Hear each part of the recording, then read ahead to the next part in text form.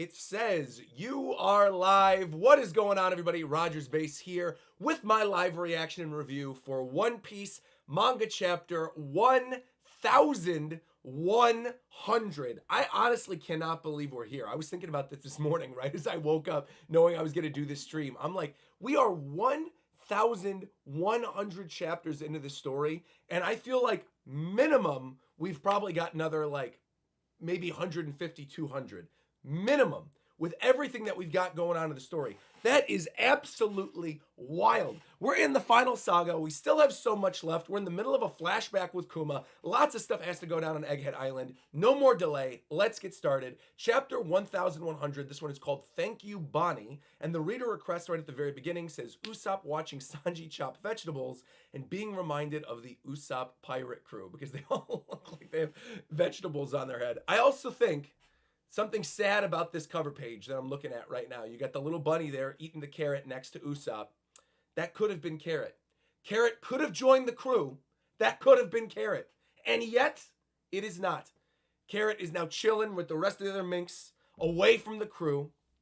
You hate to see it. Also, another one by Noda Skywalker. Whoever says that Noda does not have preference, or Oda, I should say, does not have preference for Noda is lying to themselves. This is like the 100th one that Noda has done. All right, 1100. Thank you, Bonnie. This is a scary title for a chapter that is a landmark chapter. I mean, again, this is like a 100. Something big usually happens in each of the 100 chapters. So I'm relatively concerned for Kuma's fate right now. All right. Still in the flashback. It's business that brings me here today, not pleasure. Chilly, huh? Not at all like Punk Hazard. We have young Kizaru. This is the place where I plan to recreate the very future of humanity. And in fact, I'm having difficulty keeping on top of all the ideas that endlessly flow from my mind. And Kizaru saying, you know so many things, and yet you don't know every inch of this laboratory yet. We can't have you negotiating with pirates in secret. And you got the little snail listening in up there too. Shut up, Borsalino. This is what I hate most about you.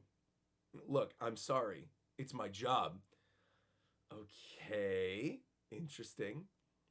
This may not matter to you, Vegapunk, but regardless of Kuma's suitability to be the model of the clone soldiers, he is a pirate with a 296 million berry bounty on his head. It would be a shame for the Navy, it would shame the Navy for us to use clone soldiers of such a man. So I have some conditions for you. Bartholomew Kuma, the first is that you will join the 7 warlords as a pirate. So, okay, this is where this happens.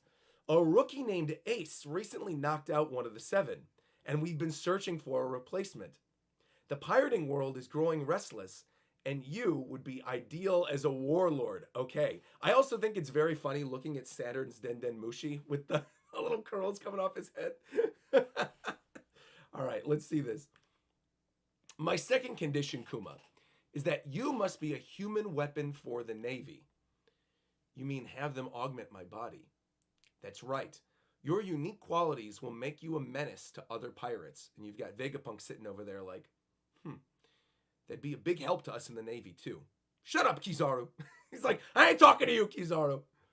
He's right. But Kuma also has a prior record of revolutionary activity. We cannot have that power turned against the world government. So my third condition is that you must absolutely abandon your mind and your free will. So this is obviously what it comes down to then. I mean, we've been talking about this for weeks at this point, that eventually it's going to come down to, curing Bonnie, and that's how he's going to give up everything. But having it happen like this, having Saturn be the one to give the condition after just overhearing the conversation between Vegapunk and Kuma last chapter, and now Kizaru's here, the Marines are waiting, and this isn't even really an option. Saturn's basically like, look, these are the conditions, but you're going to do them. Otherwise, this ain't going to happen. Your daughter's going to die. All this stuff is going to happen. Man. All right. Now, wait a second. You're asking him to die, Saint Saturn. Is this just because you can't control the other 7 warlords? Removing the human will from a cyborg just turns it into a simple robot. Are you really asking me to kill this man? And just like I was saying, Saturn's going, you are in no position to make demands, Mr. Military Scientist. These are my 3 conditions to have your daughter's life saved. Poor Kuma, man. We have no obligation to put up the massive funds needed to save one measly little girl's life unless you promise to uphold these conditions. And you also kind of have to remember as we're going through this that Bonnie is part celestial dragon. Like she was born of a relationship, or a forced marriage, I should say, between Ginny and a celestial dragon. So I guarantee you, if she was just some measly kid, this would not even happen in the first place. This wouldn't have happened. This wouldn't have even been a thing. But because she's got celestial dragon blood, that's probably the one little thing where Saturn's like, all right, we can make something work here. All right, let's see. This is murder, pure and simple. To perform such an operation would violate all human morality. Would you do it on me, Vegapunk? Kuma? I was so worried that his demands would be impossible, and I wouldn't be able to save Bonnie despite being so close. So he's going to look up from the tears and he's going to be smiling because Bonnie's going to be saved. Even Vegapunk's face, look at Vegapunk's face. Oh man, look at this next page. I just turned to 6. Oh man. I will gladly accept any fate if it means curing Bonnie's disease. Tears in his eyes, rolling down his glasses. Oh, and Vegapunk, and even Kizaru's like tipping his hat, like, what a guy. Man. Meanwhile, Denden Mushi showing no expression whatsoever. And Bonnie's running around with Sentomaru. Vegapunk, how long will it take for Kuma's augmentation and the full treatment of his daughter's disease? Man, oh man, oh man. That shot of Kuma on page 6 looking up with the smile and the tears in his eyes is honestly brutal. All right, half a year to treat the sapphire scales and another full year before she can go out safely. It's a year and a half altogether. For Kuma's procedure, 2 years at least. And you've got Kuma once again smiling, saying, I am so glad Bonnie will actually be cured by her 10th birthday. And we already know that when she's 10, she's going off to Sabaody. She's going to save Zoro, all this other stuff. Oh, man. Think of your daughter as our hostage. When she's cured, you will no longer have any reason to obey us. Don't worry, I'm not going anywhere. But we must be certain. The world government will take custody of her after her treatment. Her freedom will be granted only when you have fully lost your free will. Then Kuma and Bonnie will never see each other again when she's better. Well, it would seem so. While Kuma's undergoing the augmentation process, he will reign over the seas as a warlord. You will be forbidden from contacting your daughter or escaping after the procedure. If you violate that order, your daughter will be turned into a slave, even with the celestial dragon blood. I will never meet with her, but I do have one request. I don't want Bonnie to know about her disease or the fact that she is being held hostage. So I ask that once Bonnie's surgery is done, she not be held in a drab government facility, but in the comfort of the church in Sorbet Kingdom where she grew up. He's like, just put her under house arrest at least. Man, if you promise me that, I will never go to visit her, and I will do exactly as you command me. Very well. Dang. As long as she is under watch, it doesn't matter where. This should prove an interesting 2 years. Okay. Dang, so you know the thank you. Oh, man. From the title of the chapter, this one's going to be a tearjerker then. You'll be staying here for the next 6 months, Bonnie. With you, Daddy? Yeah, they found some disease in me too, so I have to undergo some tests. And she's like, we're twins, okay. And now this guy's Sentomaru. This guy? Look, there are lots of rooms with no windows here, but there are lots of dangerous things too, so please be careful. I'm going to create the weapons of my dreams. Huh? The ideas just won't stop coming. I need someone else here to help me write out what's in my brain. I need you to eat for me, and I need you to go to the bathroom too. So this is when he's writing up like York and Lilith and everybody. I'm so busy here, I just want to rage. Oh, here's another idea. And there's the Lilith one. I'm short-handed, I need more hands. If only there were 5 of me and you could see all his assistants carrying off all his papers to make the other punks. Meanwhile, here's Kuma undergoing the surgery. Bonnie undergoing it as well. Oh, man. So they're both like living out their last days together as father and daughter in Egghead Island. And she's drawing little pictures for him. Oh, man. Oh, man. At least they get to be together a little bit here. Like, this is at least a little bit of happiness for Kuma, knowing she's going to be cured, even if he dies after this. Even if he loses all his free will, at least he knows his daughter's going to be safe. He gets to spend time with her before he goes. See the cargo ship out there and everything. And they're just tinkering away right now. He's picking up stuff at Egghead. They're drinking, eating pizza. Okay. It is weird seeing these characters together. It's like you've got Kizaru, Kuma, Bonnie, Sentomaru, and Vegapunk just chilling, eating Pizza Hut together. Very, very interesting. Also, you have them dancing like in Skypiea with the sun god Nika silhouettes. Okay. It's weird to see Kizaru dancing like that here too. Of all the characters, it's nice seeing Kuma and Bonnie and Vegapunk all jumping around. Man.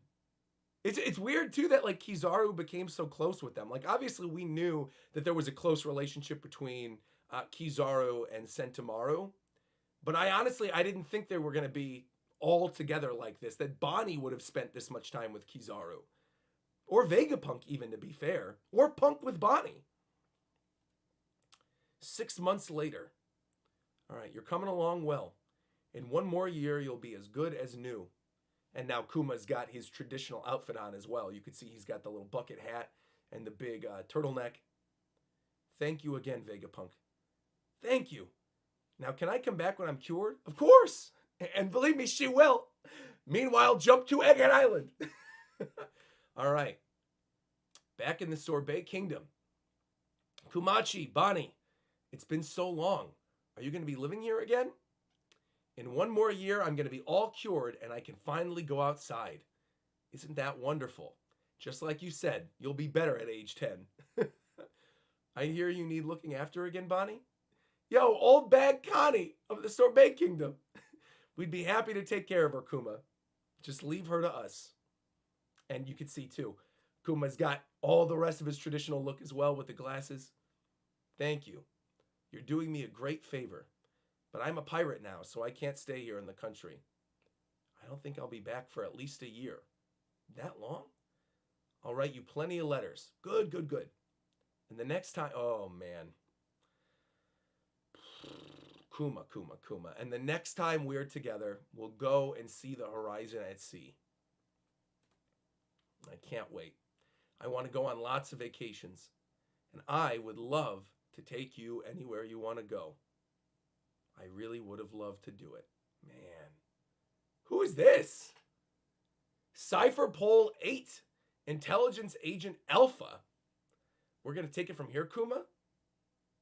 She looks a little bit like Khalifa. I like her. I'll be here to monitor Bonnie's disease until she's perfectly cured on doctor's orders. We're going to be handling everything from temp checks to daily doses of medicine. Call me Nurse Alpha. Hello, nurse! We can't have any suspicious strangers around before she's cured. So I'm definitely going to want to see some identification from all of you. What a bother. And what did you build out in front? Well, that's just our temporary housing. Remember. Oh! Remember that a child's neck can be crushed just like this. Threatening Bonnie's life in front of Kuma just as a reminder. Like, if you mess up, it's over. I'm taking her out. I know. I'm not coming back. Thank you, Bonnie. And there's the title. Thank you for being born. Jeez. They called this pirate a tyrant, but Bartholomew Kuma was utterly faithful to his orders from above. His presence among the 7 warlords terrified the pirates of the world. We're going to see their reactions to it. Dopey and Crocodile and stuff. Young master, there's a new warlord. Was Sugar there too? With Dopey? Kuma the tyrant. Well, we've got another miscreant on our hands. Okay, Dopey, you got Miss All Sunday with Crocodile as well. Aren't you curious who? No, I don't care who it is. Anyway, have you eliminated the witness to our rain-making ship? Yo, what is this? They're tying everything together. Mihawk's looking from afar. Elvina and Kobe reading the paper. He's as big as Whitebeard, they say. Now, who's stronger, Kobe, me or him? Lady Elvina, of course. What in the world? And Jinbei, yo, okay, wait a minute. We're seeing Ace and Whitebeard in this too? And Blackbeard. Jinbei, I hear they got a replacement already lined up. Isn't that nice? And who are you to talk, Ace? I'm reading about it right now. Jinbei was with Whitebeard and Marco and Blackbeard and Ace when Kuma was named? A former king, huh? And there's an active king in the lineup as well. The world of pirates has changed. It matters not to me. I will never go to Central. There's Hancock. But we still need information, Snake Princess. A paw-palmed man? What kind of power is this? And Perona, dude, literally everyone. Sabo and Koala and Dragon? A paw-palmed man. What kind of power is that? Even still, he's a warlord too, Master. I love seeing the reactions of the other Shichibukai. This is fire. Aren't the 7 warlords servants of the government? Kuma would never do such a thing, but they know, obviously. They don't know the full story. Dragon, I think, has an inkling because he's the one who sent him there. To Bonnie, I am writing to you at sea. It is difficult to travel now, being more famous, but I am doing well. Look at his ship, too, with the flag and her drawing on it. Man. Her drawing on the sails. How is everyone? While I'm traveling the world, I know it's a long trip, I'll find many places to take you once you've turned 10, Bonnie. Luffy, you have new orders from the government, Kuma. Where are you now? What the hell? Wait, what? In the East Blue, what is your command? To be continued. That's the end of the... Wait. That's Fuchsia Village. You have new orders from the government, Kuma. Where are you?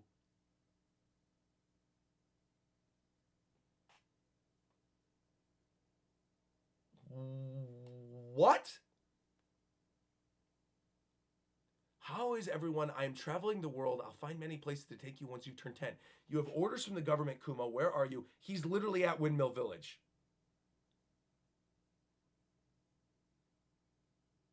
And the flashback is still not over yet. I'm looking. It's not fading out. What the heck is happening here? Is this just meant to be like a little cute thing to say like he traveled by the village? Or are his orders going to have something to do with Luffy?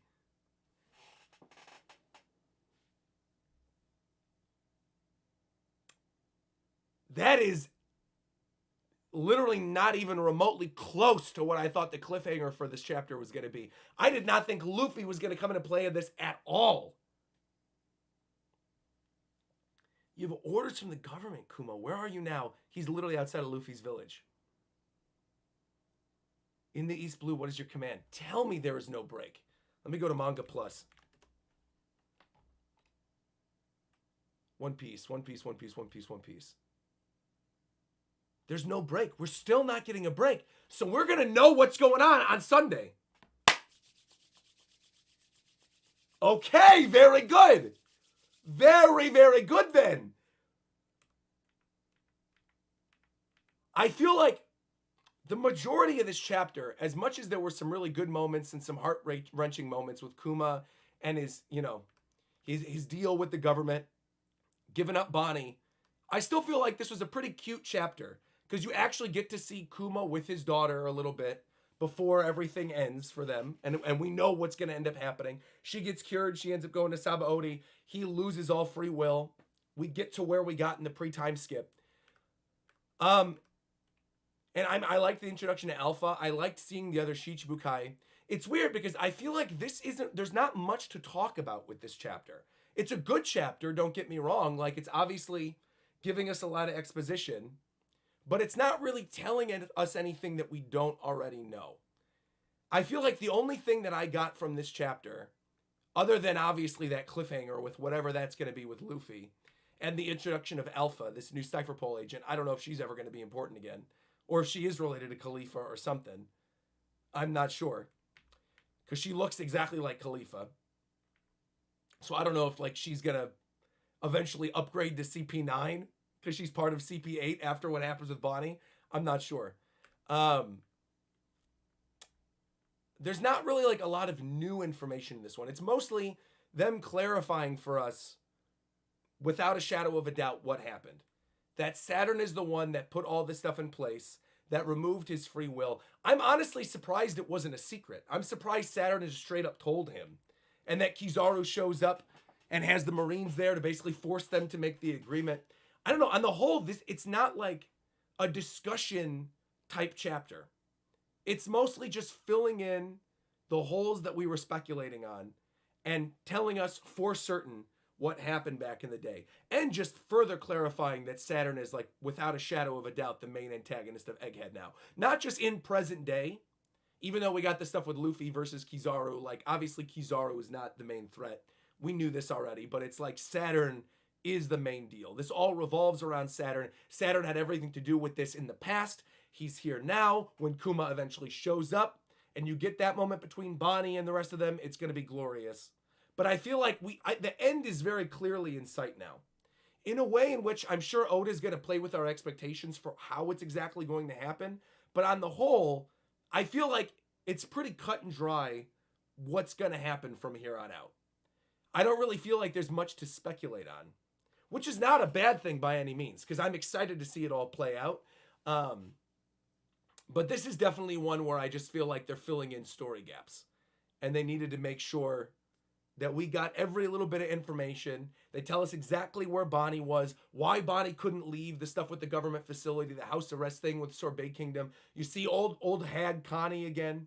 You see the stuff with Kizaru. I think, honestly, like, my favorite thing of this chapter, which is weird because there's not any dialogue that goes with it, my favorite bit of the chapter is the stuff on page 10 and 10 and 11, where you just see, like, Bonnie undergoing the surgery and Kuma undergoing the surgery, and them just sort of living their lives with Kizaru and Sentomaru and Vegapunk on Egghead, where they're just eating pizza and dancing like the sun god. Like, that's cute to me. That I love this little slice of life stuff, actually getting to see them living with each other, further building up those relationships, making it where you go back and look at the chapters with Kizaru and with Sentomaru and their relationship to Egghead Island, the stuff that's happened already in Egghead. Like, this retroactively makes that stuff better, because now you know they have even further history on the island during their introduction to these chapters. I think it's great, man.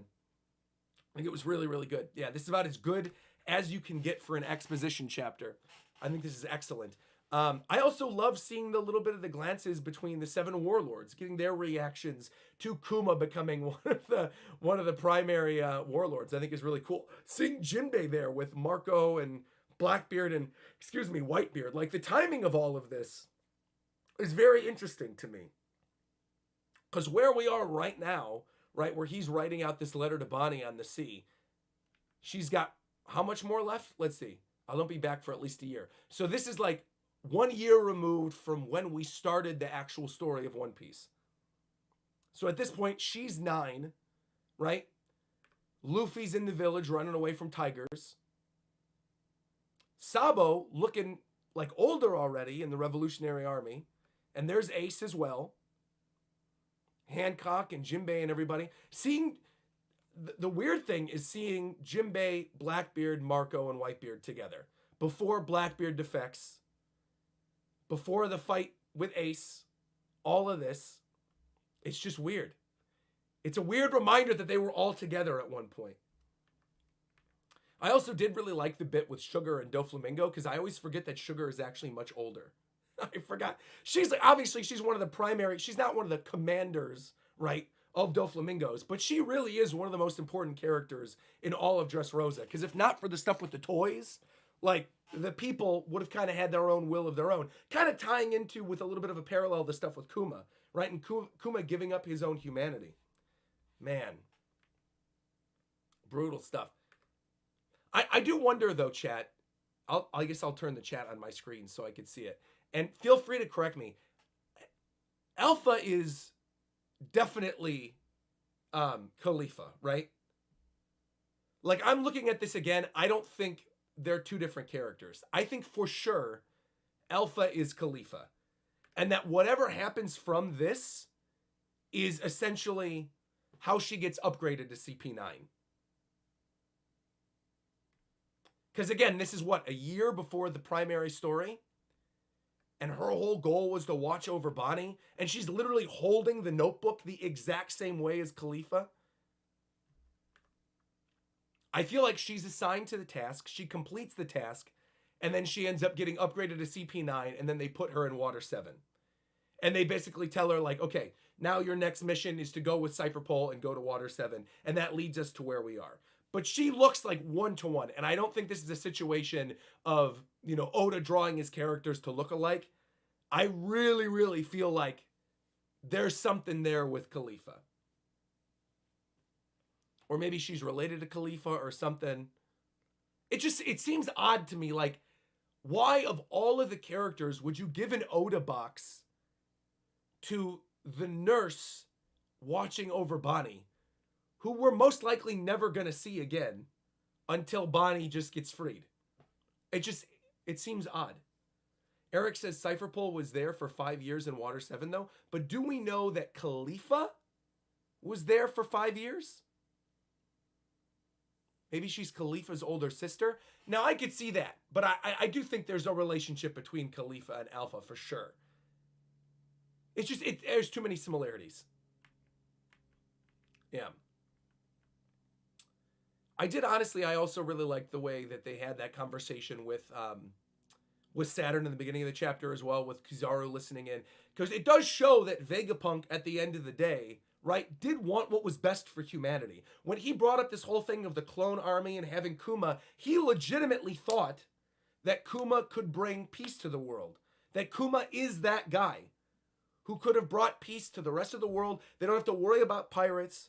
And of course, Saturn had to twist everything, take away his mind and free will. Because he had that tie with the Revolutionary Army, he couldn't trust them. And then I guess the other cool thing about this chapter is you get that little bit where Vegapunk, I almost said Kuma, where Vegapunk makes the decision to create the other punks. Where he said, I have all these other really good ideas, but I don't have any time to complete them all. I want to make the weapon of my dreams. Here we go. Like, let's create Lilith. Let's create Shaka. Let's create York. So this is him writing up all that stuff. Because again, at this point, he still has his regular head. He hasn't spliced up his head into multiple parts to put pieces of his brain in the other punks at this point. Like, he's still regular old Vegapunk when we see him at this point in the story.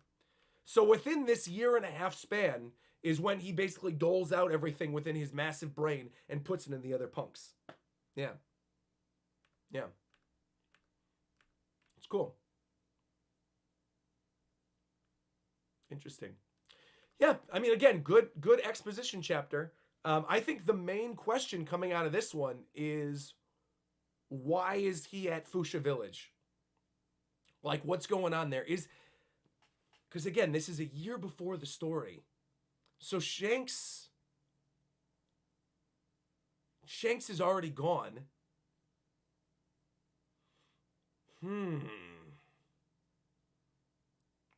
Unless this is when does Shanks leave Luffy?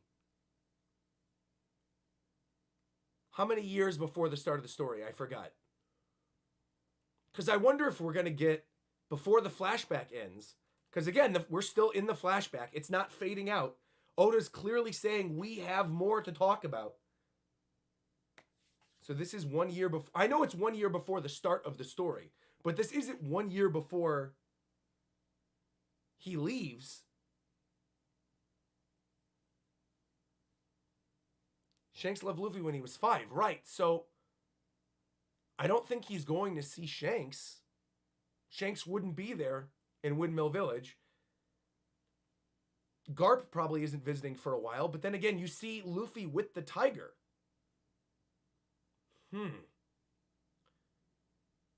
That would be wild if next chapter we just like forget about all this. And it's just like, we get the little bit of a tease of him going to the island. And they say, we have new orders from the government. Where are you right now? And he says, I'm in the East Blue. What's your command? Like, I do wonder if they're aware of Luffy at this point being Nika.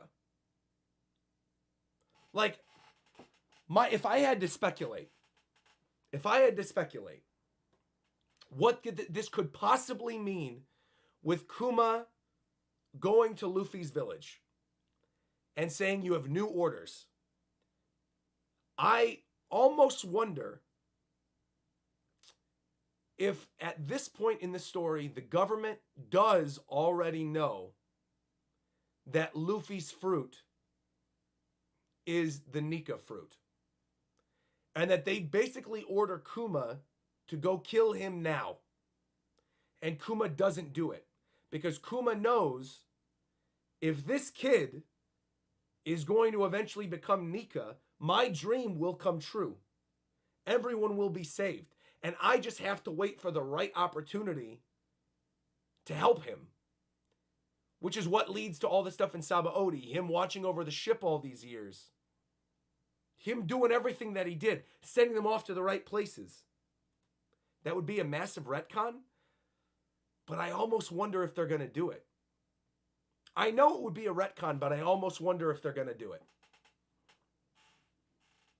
If somehow, some way, there's an order sent down from above. Because again, the Gorosei found out during the reverie, right? When we get the posters. But Imu, who issues the stuff to the Gorosei,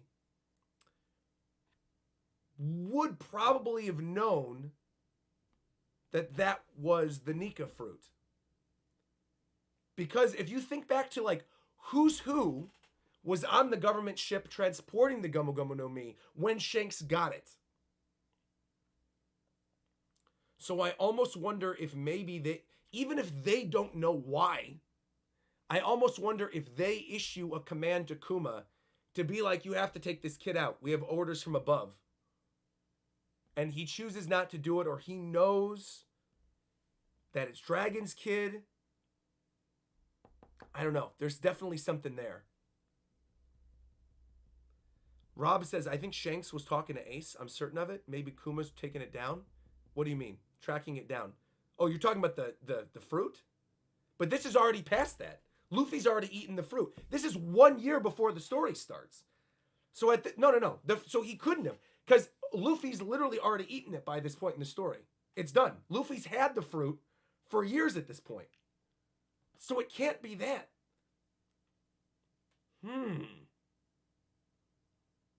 That's really the only wrench in things. Because again, at this point, with how they're setting up everything with Bonnie, and they're setting up everything with Kuma, and they're setting up everything with Egghead, like I think to me, when Kuma arrives in Egghead and helps his daughter, takes on Saturn, all this stuff, I feel like when that moment happens, I almost feel like all of us can at least visualize a rough outline of what the bits of the story will look like. Right? Like them seeing Nika and seeing Joy Boy, Bonnie having that moment again with her father, Kuma taking it out on Saturn for everything that he put him through. They don't know that he ate it, though. They just know that Shanks stole it. Yeah, then I don't know. I don't know. Interesting. Yeah, I honestly have much to speculate on this chapter. I feel like, again, more of an exposition-heavy one. Really enjoyed it. I do want to see what James did for the thumbnail, though. So let's open this sucker up. Okay. He's doing the pizza? Of all the scenes, I guess to be fair, I did say during my chapter review that I thought the pizza scene and the little dance with Nika was probably one of the best bits about it. So I do kind of like that he went through this. Unfortunately, I don't know where I'm putting my face in this. I don't think I can fit myself into this thumbnail. This is pretty much just all the characters. I feel like he could have just drawn Kizaru eating the pizza with them in the background and done it on the side and then me on this side. I mean, it's beautiful. I won't put my face in the thumbnail this week then. I guess that's it. Great piece of art, but yeah, I can't fit myself in this. I think unless he sent me like the transparent PNGs or whatever of them. Yeah, real nice. Make your face the pizza? I don't think I can do that. Or maybe I'll put it in a little bit. I'm tired. Did Roger mention Kizaru's dance? Yeah, we brought it up during the chapter. That all of them are obviously doing the sun god dance. I mean, that's clear as day. Yeah, very, very nice though. I like this. I like this art. It's really pretty. Let me see what James's notes were. Hold on. This was my favorite scene in the chapter. There's just something really sad about it. It's like that moment of, all of them being happy before the tragedy strikes. I'm sorry I didn't leave room for your face. I got carried away and spent a really long time on this one. My hand hurts. James. That's your own damn fault, James. I didn't ask you to do that much work. You did it. That's because of you. I didn't ask for you to do that much work. I simply commissioned you to make a thumbnail and you fit my face in it. So, boo-hoo, your hand hurts. I don't really care. I don't care. You did a great job, but I didn't ask for all that. So, I asked for one little bit on the thumbnail with me on the side. What you did, here's what James did. Don't let James fool you, chat, all right? We love James, but don't let him fool you. What James did is he made this beautiful thumbnail, and he didn't care whether or not he could include my face, so he could then sell this thumbnail as a print at future conventions. That is why he works so hard. That is why he did this. Don't let him trick you. He did it to make money. No, he really did go above and beyond this week. This is, really, really, really pretty panel. Even all the detail on the cheese, the little olives, the pepperoni, the little pieces of basil. Very, very nice. Well done, James. Well done. Well done. Justice for James. Roger overworks him and shows him no appreciation. Bro, don't even joke. Don't even joke. Not only do I pay James incredibly well, I didn't ask him to do any of this. I simply did not overwork him. He knows full well he could draw one little character and I would be completely happy with it. In fact, I would be more happy with it because then it's better for a YouTube thumbnail because people who look at YouTube thumbnails have no taste. They don't look at a beautiful piece of art and click. They need to see a giant face and a giant character. That's unfortunately how the thumbnail game works. I hate it. I'd rather James do stuff like this, but I would also rather James not overwork himself every week. I would rather James take his time, do something nice, and then we're done with it. But this is obviously very beautiful. Again, James, if you don't sell this as a print at conventions, what's wrong with you, bro? Like, you have to sell this as a print. This is and I feel like people would definitely buy this. Like, this flashback has been built up to be probably one of the best flashbacks in the whole series at this point now. So I feel like, yeah, James did an incredible job. Definitely make sure to sell this at conventions. And, just remember, I'm the one who commissioned it. So remember that. When you're making money off of this print and you're going, man, my hand really hurts today, just remember, I'm the reason why you did this. No, great work, James. Really fantastic work once again. We love James. We appreciate James. James is the GOAT. All right, now, with that being said, let's get into some theories because I'm seeing a lot of donations and a lot of super chats. And all right, let's open this up right from the very beginning. Let me see. The first one this week's comes from the Lonely Mage saying, by the way, on chapter 1100, we also got confirmation in the anime that Jinbei's bounty is 1,100,000,000 berries during chapter 1100. Okay. Ayla super chatted and said, yo, it's been so long. When you think about it, at Sabaody, Kuma and Bonnie missed to see each other. That's why Akainu told her how scared they were when I went to go take her back. Small window where Kuma could be free. I'm so happy to listen to you, and I'm happy to be here again. I hope you've been good on all of your plans. Nakama, our beloved RogersBase. Thank you, Ayla. For those of you who don't remember Ayla, Ayla is the bartender in France who always donates. It's been a minute, Ayla. Lovely seeing you here. Greatly appreciate it. And he actually super chatted an extra thing saying maybe Kuma is linked with the sea monster close to Fuchsia. And maybe that has something to do with... Whoa, wait, what? And maybe that has something to do with the death of Kuina? Orders from the Marines? Kuina? Kuina's been dead at this point. Kuina's been dead. Kuina's been dead for like, what, 4 years? Even at this point in the story? Because Zoro was still really little when that happened. Interesting. Thank you very much for your donation, though.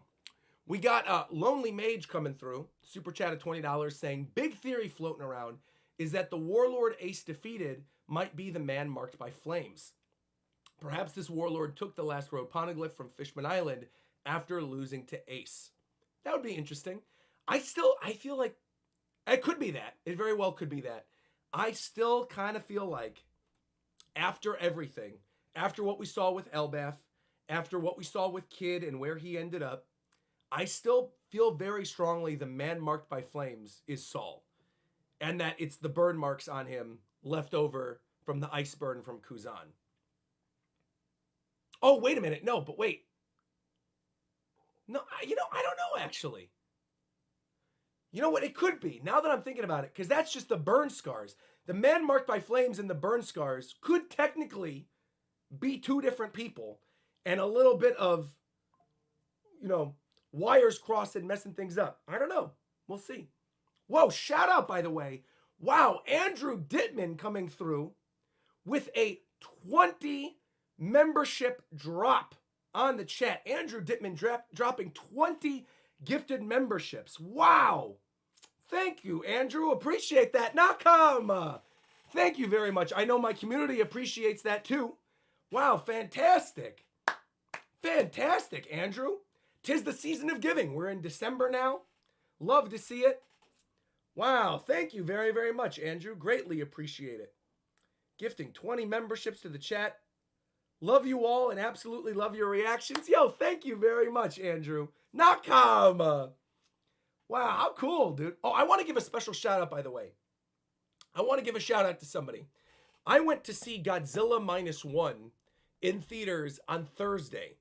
And one of my One Piece viewers came up to me after the movie. Like, we walked out of the movie and came up after the movie and went like this and went, hey, Roger, Nakama. Shout out to you, Marvin. And shout out to Marvin's brother as well, who was in the bathroom when Marvin was talking to me. Shout out to you, Marvin. I don't know if you're watching right now. Hope if you are, leave a comment in the description. I'll go leave a like on the video or something. Leave a comment below the video. But shout out to you, Marvin. He was very, very nice talking to me after Godzilla. And shout out, by the way, to William as well, who saw me at Book Off 2 days ago. A lot of fans have been coming up and saying hi recently. So shout out to all of you. Fantastic. Absolutely fantastic. And thank you again, Andrew Dittman, gifting all those memberships. Man, incredible. Absolutely incredible. Giving back to the community. Sixlet donated and said, Kuma is a top 5 flashback in One Piece for sure. Potentially top 3. Maybe Kuma is involved in the whirlpool that Luffy gets sucked in at the start somehow. That could be interesting too, for sure. Maybe Kuma also realized that Luffy was Dragon's son and taught him to be proud of his name, which is what began Luffy introducing himself as Monkey D. Luffy. That comes from Sai from Heaven. Sai, unfortunately, it can't be that because Luffy finds out about Dragon later on in the story. So he doesn't know about the Dragon tie just yet. Yeah. Andrew Dittman also super chatted along with all his gifted memberships and said, seeing this kid run around with that dumb smile liberating countries really does make me smile. And seeing what Zoro did for him. When did Kuma know that Luffy was Nika? I think that's the big question, right, that we all kind of have. Is did he know prior to going under? Did he know before losing his humanity that Luffy was actually Nika? And that the fruit that he had was not just a simple Gomu Gomu no Mi, but something else. That'd be kind of interesting. Because again, if he found out beforehand, that would be, even more that leads to all the stuff that happens in the story. With Luffy and protecting the Thousand Sunny and all the events of 3D2Y. Tempest super chatted and said, did you see X Drake at the beginning of the chapter? He was the Marine that was on the ship at the beginning of Egghead, right? So if you go to page 2, for anybody who didn't see that actually, the Marine that is on the ship underneath when Kizaru is talking and says, you know so many things and yet you don't know every inch of the lab. We can't have you negotiating with pirates in secret. And they show the jump to the Marine ship. You do see a young ex-Drake on the ship. This is before, obviously, he defects, before he gets the transformations, but he's right there. Yeah. I don't know if this is obviously before all the stuff with Sword. Well, it might be. Honestly, there's a lot of stuff, a lot of time things, like with all the different groups in One Piece, a lot of time things sort of go over my head, where I need them sort of laid out exactly as they are. Somewhat in this, like how in this chapter we're getting everything laid out exactly with the timelines with Kuma and with Bonnie and Kizaru and everything. I don't quite know like what X-Drake exactly is up to at this point in the story, but it is cool to actually see him there witnessing all of this and being on the backup ship when Kizaru first arrives. Yeah, very neat. Very neat. His jaw is the thing that gives him away. You see the X scar on his jaw right at the very beginning. What is this? Sylvan donated and said, it is interesting that Kuma's in Windmill Village at this time, because how old is Luffy? What important thing happened to Luffy at this time? I also wonder, when was the last time the three brothers were in the same chapter? Absolutely loved seeing them all together. Well, again, technically not all together. You just see them all in the same chapter, but they're off doing their own things. Ace with Whitebeard, Sabo with the Revolutionaries. Hack is already clearly with them as well at this point. And then Kuma going off to potentially see Luffy. Yeah, very interesting. Very interesting. Andrew also donated again. Dude, Andrew, what is going on here? Donating constantly this week with another $20, saying Kuma has a connection to the pirate and the Bartholomew the Apostle, who was flayed alive because he took over a town and converted the inhabitants to Christianity, just as Kuma took over Sorbet and created a church of Nika. Didn't Murphy just do a video about that? I feel like she did. Oh, Heidi literally saying in the chat, Murphy did a video about the historical Kuma, and it was fascinating. See, there you go. Yeah, highly recommend it. If you haven't seen that video where Murphy breaks down the history of the person that Kuma was based on, definitely go check it out. Really, really good watch if you want to know more about that character. Sam donated and said, I love that in chapters 1099 and 1100, we can see the personalities of every satellite in Vegapunk. Yeah, he's bringing the stuff up where he's like, oh, I'm getting heated in this moment. I'm filled with hatred. He's like, I'm going to turn that into something. I need to, create York so I don't have to poop and I don't have to eat. Here you go. You see little glimpses of that in the last few chapters. Yeah, setting up everything. Mike Moore, by the way, gifting 5 memberships as well, too. Wow. Holy mackerel, man. Thank you very much, Mike Moore. Wow. Wow. Gifting 5 memberships to the chat. Thank you very, very much. Nakam. Appreciate you. Thank you, man. Let's see. Natsu just super chatted $20 and had nothing else to say beyond chapter 1100 hype in all exclamation points, all big letters. Natsu's very happy to be here. Thank you for that, Natsu. Sam says, is this the first time we got an older ASL in the same chapter? So Ace, Sabo, Luffy. And I don't mean a chapter with Luffy and Sabo and then a grayed out panel of Ace, but all 3 of them together and alive at the same point in time. Is this the first time? I think it might be the first time in which we see all of them still alive on the timeline, off doing their own things in the same chapter. I think you're right, Sam. Yeah. Mike Moore also donated in addition to the gifted subs and said, I wonder if this connects to why Kuma protects the Sunny and sends Luffy off. That maybe they met and Kuma removed the memories from Luffy. Now that would be interesting if maybe there was some type of meeting beforehand. That would be kind of cool. I'd like that. I'd like that a lot. Yeah. Or if Kuma could somehow maybe see the memories within the fruit, right? Because we know that the fruit has a will of its own. If maybe he sees Nika within Luffy, or maybe when he takes, I don't know. I do think there is either going to be a meeting with Luffy or a realization about Luffy next chapter. Yeah. There's going to be something there tying in all that. Thank you again, Mike Moore. Greatly appreciate it. All these goats coming through today in chat. This is fantastic. Kinslayer's Sapphire super chatted. By the way, very poignant that your name is Sapphire, considering everything going on in the story right now with the Sapphire disease. I really think Kuma is going to transfer Luffy's pain to himself and unleash all the pain of his life and Luffy's pain onto Saturn, and then die seeing the sun god Nika for the first and last time, who saves his daughter Bonnie. We're right there with you, Kinslayer. We've been saying that for 6-7 weeks now at this point. During every single one of these live reaction streams, we've been saying that he's going to see Nika, die happy, see his daughter one last time. We will use all the pain he's built up over the years and send it into Saturn to let them live. Yeah. We've been saying that. I'm glad to see that you're on the train, Kinslayer. Greatly, greatly appreciate your donation. Thank you for sending that on in. Mike Moore super chatting saying, wait a minute, could part of the incident be that Kizaru betrays the world government?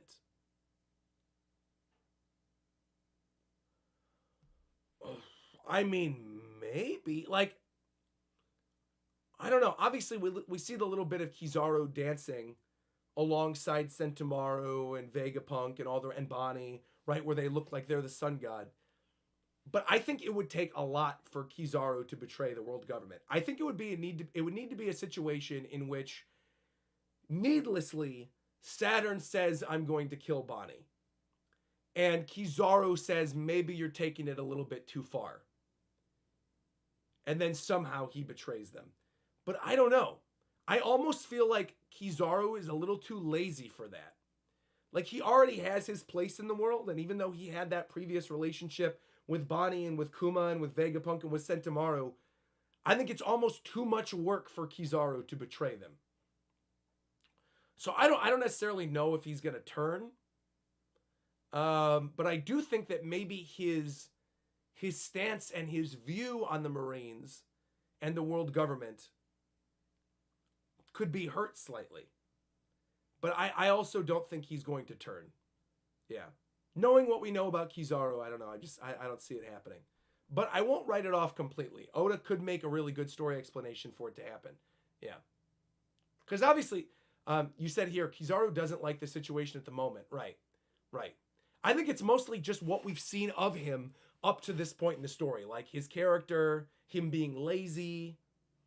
I don't know. Yeah. He has already said that he doesn't like the mission. But I don't know if that's necessarily enough to propel him to fully betray them. I don't know. That would certainly add to the Egghead incident, though. And maybe if Kuma's memories get spread out to the world and Kizaru witnesses Kuma helping his daughter, taking out Saturn, maybe showing that there's hope, and Nika flying in the sky, maybe Kizaru turns. I'm going right now, currently, 80-20. 80-20.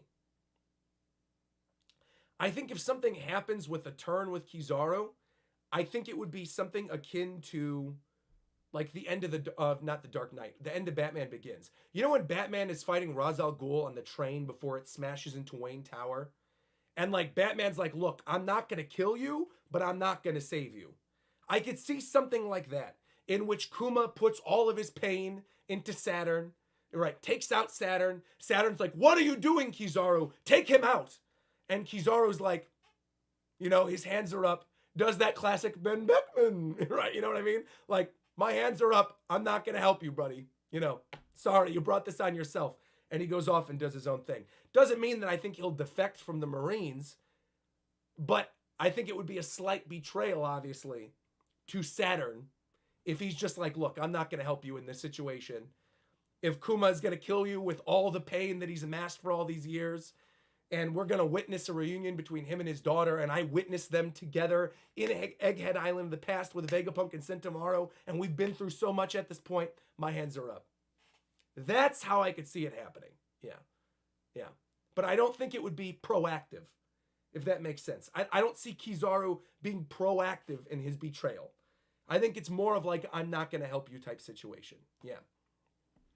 Hollow Avarice donated as well and said, since Luffy still doesn't know the name of his fruit, do you think that Kuma and Bonnie, or maybe even Saturn, will reveal to him this stuff about Nika? Maybe. Maybe. I mean, I think if he sees all the memories and he makes some type of correlation, then I could see that happening. Yeah. Yeah. We got three more donations, excuse me. Wow. Anime Dimension super chatted and said, I think the entire next chapter is going to be flashbacks that reveal that that using Kuma's power and Vegapunk's science. Wait. Let me read this again. I'm sorry, Anime Dimension. There's no punctuation in your donation, and so I'm trying to read what you're saying. So just give me a second here. Hold on. I think entire next chapter will be flashback. They will reveal that using Kuma's power and Vegapunk's science, Vegapunk was able to split into the 6 Vegapunks. And also how Kuma used his power to remove his personality, which Bonnie sees currently. Oh, so like the production of the punks could be next chapter. Yeah, I could see that happening for sure, Anime Dimension. Thanks for the donation. But yeah, I mean, that's something else. We could see maybe the first time that Vegapunk turns on all the other punks, where they're all in their little tubes or whatever, and he flips the switch and they all come to life. I could see that being part of it, yeah. Hollow Avarice donated and said, I'm thinking, if Saturn threatens Sentomaru, who is on Team Vegapunk, could Kizaru change sides? And then you have the 3 characters introduced in the same arc, Sabaody, turning on the world government at the same time. I mean, to be fair, Kizaru was already fighting Sentomaru. So I think if Saturn threatens Sentomaru, I feel like that would do less to Kizaru than potentially killing Bonnie and whatever happens when Kuma arrives here. I don't know. Because, I mean, Kizaru literally fought Sentomaru and was saying, dude, I don't want to do this, but I got to do what I got to do. So I don't know if Sentomaru being threatened by Saturn would necessarily push Kizaru over the edge. Yeah. I don't know. Peter super chatted and said, imagine Oda treating Kuma like Pedro, since they both have paws, and he sacrifices himself, keeping the promise and not sharing any last words with Bonnie, like how Carrot had no last words from Pedro. I don't know. I feel like he won't keep the promise until the very end, because it's not going to matter. If he knows he's going to die against Saturn, I could see Kuma absolutely having one last conversation with his daughter and saying, I love you, and go explore the seas, protect Luffy, something along those lines. There has to be some type of final conversation between Kuma and Bonnie. With how everything is being set up, him arriving on Egghead, it's got to happen. He's got to have something. He's got to have some type of final words shared with her now that she's seen. Because again, you got to remember, she has seen all of this. Everything we've been seeing for the past 4, 5, 6 chapters is stuff that Bonnie saw. When she fell to her knees and saw Kuma's memories, this is everything she saw. So she knows this already. So she needs that closure with her father. And I think Kuma, because he's been through so much, also needs to have that moment. I think Oda's giving Kuma a happy ending. I don't mean necessarily that Kuma lives, obviously, but I think Kuma has one happy final moment with his daughter, for sure. Yeah. I think there's one more thing that happens there. But we'll see. I don't know necessarily what that's going to be, but we're going to see. Shadow donated and said, I'm still thinking that Kuma and Makino had an unknown baby because we don't know who the father is, and Makino mysteriously had a baby post-time skip. Kuba must have done it. I still think it's Shanks, man.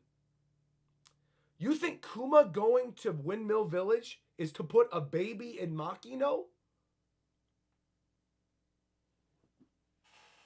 I don't know about all that. I think it's got to be Shanks' kid. I mean, maybe, I don't know, maybe. Maybe Makino has a Buccaneer kid with Kuma, who knows? I'm not going to write that off completely. That would certainly be a twist. That would certainly throw a wrench in everything that we've seen. But I think it's Shanks' kid. Yeah. Also, Makino's baby would have been really big because it would have had Buccaneer blood. True. And the baby would also be older. True. So it doesn't really line up. But just even saying that out loud, Kuma plus Makino equals baby, is kind of a wild thing. So I'm glad you donated just to say that to begin with. Malcolm Dean super chatted and said, assuming the chat already mentioned this, but I haven't had the stream on the whole time. If Alpha isn't Khalifa, excuse me. It's a clarification. There was just no punctuation here. Malcolm is saying that Alpha could not be Khalifa because Khalifa was present undercover for 5 years in Water 7. So Khalifa might very well just be like the older sister of, or Alpha might be the older sister of Khalifa then. There you go. There you go. So they are not the same person. Oda just drew them to be very, very, very, very similar so that potentially there's some type of relationship there between them that will most likely be answered in SBS at some point. Seems like an SBS type deal. Yeah. Austin sent a member message saying, what if Kuma was the one who taught Luffy the Nika dance? Just like the dance he did in Skypiea? Now that I could see. Kuma maybe visiting Windmill Village and teaching Luffy the dance. That would actually be great. But then he'd have to remove the memories from him, right? Because Luffy didn't remember Kuma. Well, no, he didn't remember Kuma. He didn't remember Kuma. So I don't think it would be that. It has to be, if he did teach him the dance, it would have to be that he removed the memories. Because again, I think Luffy would at the very least recognize the pacifistas. Because obviously he was knocked out in Thriller Bark when everything happened with Kuma and with Zoro and with Sanji and stuff. So I feel like,